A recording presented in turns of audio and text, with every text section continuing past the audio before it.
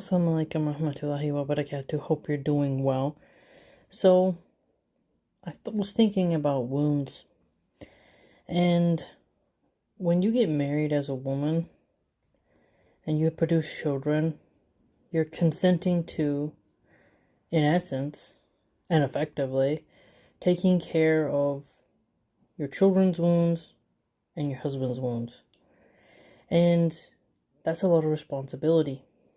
That means you have to ask the doctors the right questions, administer the medicine, how it's supposed to be carried out, making sure you do your level best to avoid infection, spreading onto the person, within the person, and you have to be nurturing, because when someone's injured, they're going to need a boost up.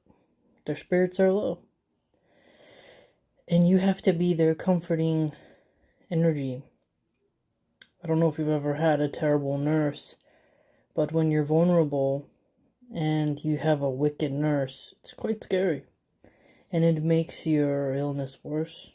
But then, if you have a sort of jolly, good-tempered, good-humored, attentive nurse, it makes you feel safe, makes you feel like you can get through this, lowers anxiety, alleviates a certain percentage of depression. And when you become a mom, you have to strengthen your stomach. Because when someone has a wound, it smells weird, looks weird. You worry about them, and you have to be able to do what must be done. Now, sure, there's going to be selfish people who say, that's not my problem. That's their problem. But that is just an evil person. And likewise, when you're injured, you expect your husband to help you. When you're older, your children to tend to you, visit you, shelter you, be your advocate, because sometimes you need someone in your corner to defend you against weird officers of the medical establishment, shall we say. People who push policies, and then you have to be able to go 10 toes down and be like, no, we're not going to be doing that today. And it's important for us to strengthen each other. And all the hadiths that talk about visiting the sick make so much sense. Because when you visit someone who's sick, you're also visiting the person tending to them. And the person tending to them also needs a break, needs to have a uplifting conversation. There are so many men and women out there who are tending to wounded loved ones, and they have to put on a bold face. They have to have a clear mind to be responsible. Think about how dangerous drugs are. Once you become a junkie, you just become a useless moron. And when your family needs you, you're just roaming around the streets, out of your mind. Drugs are weapons of mass destruction. And you essentially don't pay back your parents what you owe them. So they tended to you, and then if you become an addict, you're not there to help them with their wound care, and you can't be trusted. And if you think about children who get surgeries, your mom, your dad, working hard to pay the hospital bill,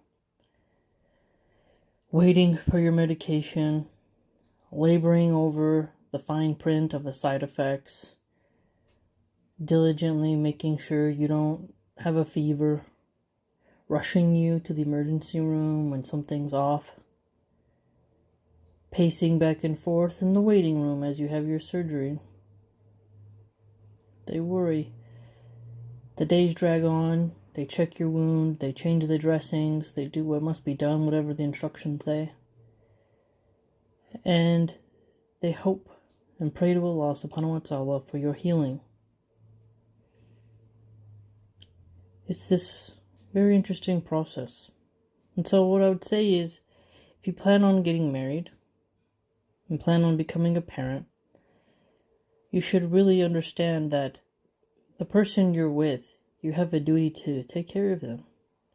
You think about those wedding vows, in sickness and in health, for better, for worse, for richer or poor. Now, those aren't Islamic vows, but it's just fascinating how that line that mentions sickness is mentioned. And there's been some data that reports when some people's significant others get cancer, they leave them. They don't stick around, or they cheat. It's heartbreaking, truly.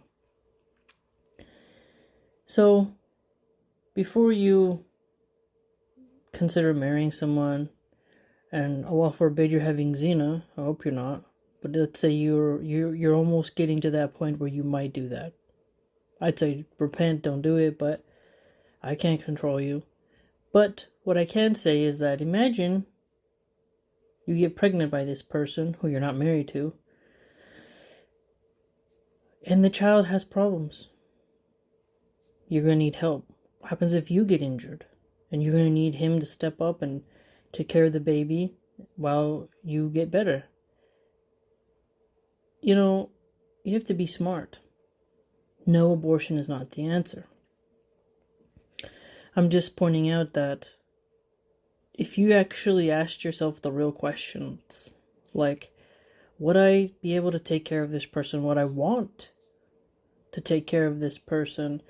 Would this person take care of me? Does this person have the patience and the strength to uplift you when you're depressed because your child's had a surgery or is struggling with an illness?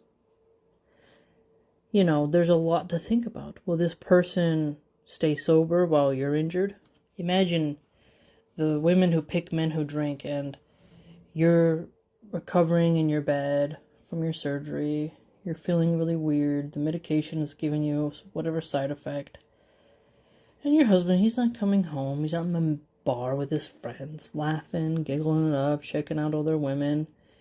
And then you're there alone. Oh, I don't want him to feel any pressure. He should go out and have fun and enjoy himself while I'm here. Absurd thinking. You want someone who wouldn't even think to leave you alone. Someone who would be by your side, and someone who you couldn't leave theirs. You would viciously defend them if anyone tried to do anything to them in the hospital. You would guard them, protect them, hold their hand, sleep on that uncomfortable side bed, help them to sit on the toilet, help them to shower, whatever it takes. Check their wound, all of it. And if you're not willing to do that for them, and they're not willing to do that for you, and they're not the kind to do it for the children, well, that's not someone you should marry, no matter how rich or fancy they are. And if you think, oh, I'll just marry a rich guy who will pay for a night nurse, or pay for this, pay for that. No. Money's not guaranteed to anybody. We can lose their fortune. Well, I'll just divorce and go find someone else. Yeah, once you're past 35 and have a few kids, that's not as easy to do when you're childless and 19. Be realistic. So, really reflect on that when you go to search for someone you want to marry. It's a series of questions rather, that not very many people bring up. Would that person tend to your wounds? Do you have the capacity to tend to your child's wounds? Are you ready for that? And you're gonna have to be ready for that when the time comes, if it comes. More and more people now are getting sicker and sicker, especially in first world countries. Western medicine is trauma medicine, as in you have not too much focus on wellness and prevention, but surgical repair.